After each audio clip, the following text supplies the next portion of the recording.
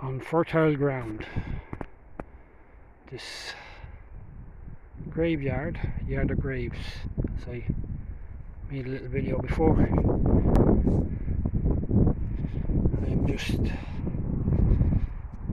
This is a peaceful place. It's a quick video. I wonder if there's any Protestant graves with the skull and crossbones on it. Crossbones, I mean. There could be that as well, like crossbones. Kind of Irish Protestant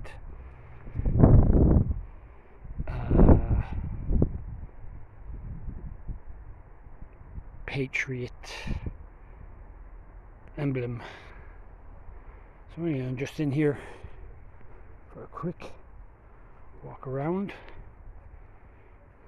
It's a beautiful land graveyard. I think St. Patrick's. So I've been thinking, like,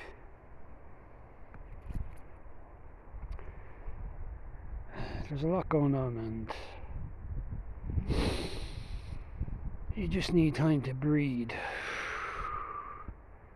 And I've been thinking about all the religions and how they're all fighting with each other, and I've concocted a soundtrack of guitar in my head to go along with this, and it's basically a storm.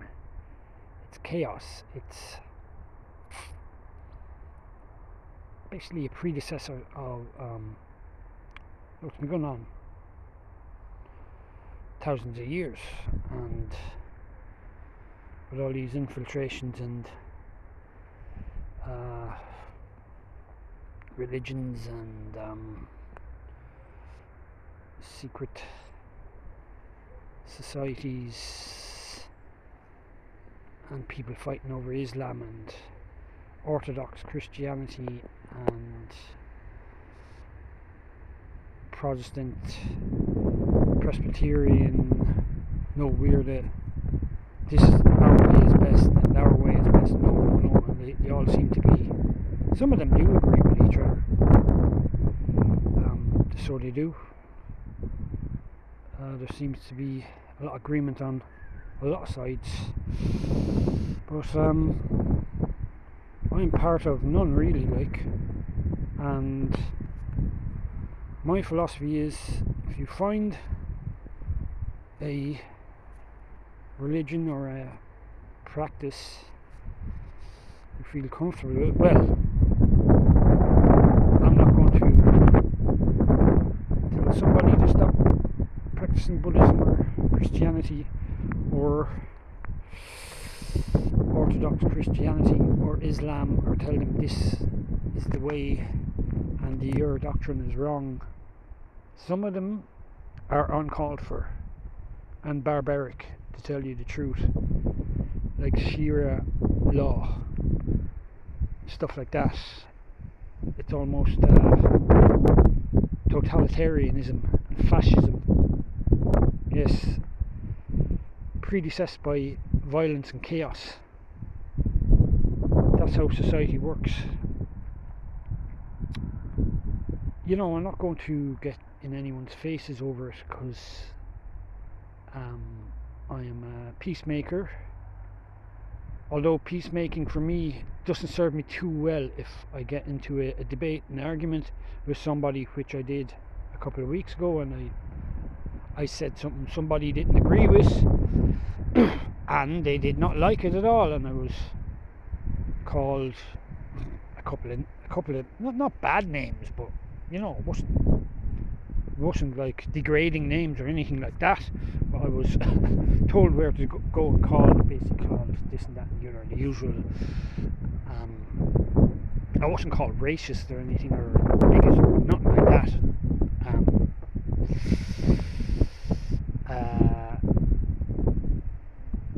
And sometimes a peacemaker trying to resolve something like that, it works against me. It works against, you know, it's not good to be a peacemaker when a problem cannot be resolved with somebody because their emotions are their disdain is too high to even bargain with them, so I have to let them go. And if they come back to me, they come back to me. If they don't, they don't. Basically,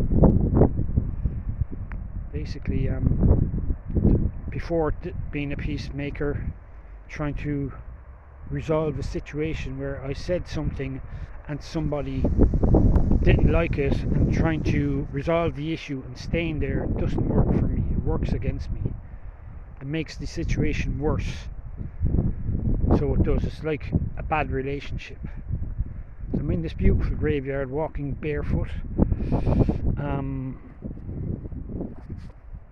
I just want to live in peace. That's my philosophy. Well, yeah, who doesn't? Some people don't. Some people are chaos filled, and they're just, I could see it a long time ago. So we'll end at this.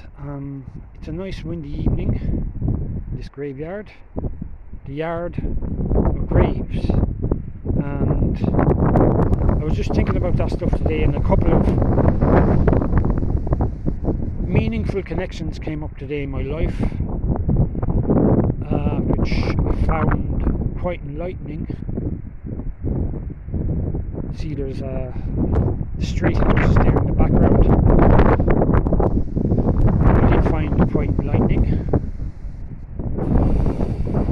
Small things, and I'll be probably going into that a bit further. But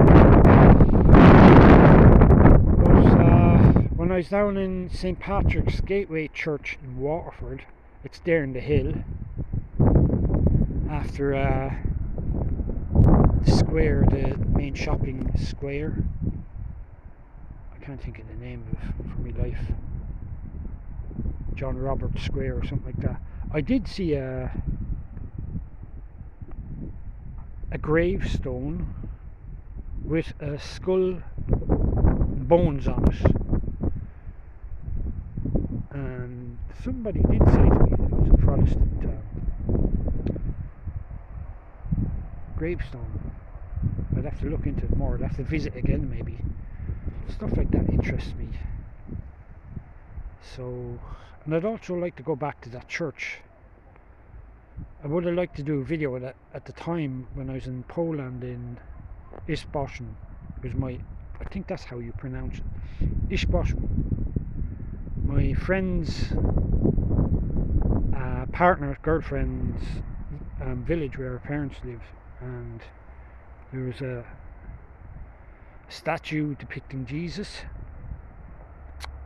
Well, it wasn't a happy Jesus anyway. It was kind of like a pessimistic, philosophical type Jesus, just like that statue Rodin. That's the name of the statue, where it's basically, there's a man sitting on a stoop, and he's with his elbow on his chin, and he's just thinking.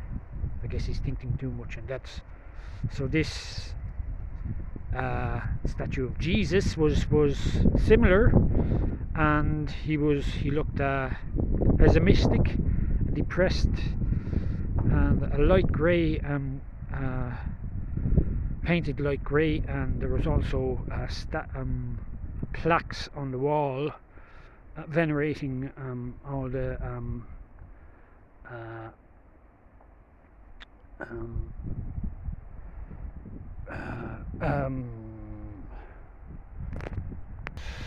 renovating and celebrating all the figures that were involved in the Reformations, like different cardinals and civic leaders and stuff like that, and it was put on a plaque. And there's also the obelisk type statues in the church, And also, what was quite weird, there was also coffin type. They're almost like Gothic Halloween style coffins. I think there was skeleton, like it was a carving of a coffin on the wall or something. And that was quite odd for it to be in the church, but however, it was there. And yeah, and basically like all the reformationists and revivalists and the bishops and whoever, cardinals that came along within the area and in the diocese, and that throughout the, I suppose, decades. And then you had the communism. So yeah, it was. No, I think it was all part of that. The spiritual upheaval there. I would like to, particularly, I know if I could get a chance. If I could get a chance, I don't know. It's a long way away. It is a long way away to that town. I just would have loved to. I might like to ask if there's any pictures or videos of that church online. Be hard to find, like anything like that anywhere. That was very interesting to me, and well, just the symbolism and the artwork, at least not from a kind of like the social upheaval, like that's basically what it was like. And yes, so cheers, good luck.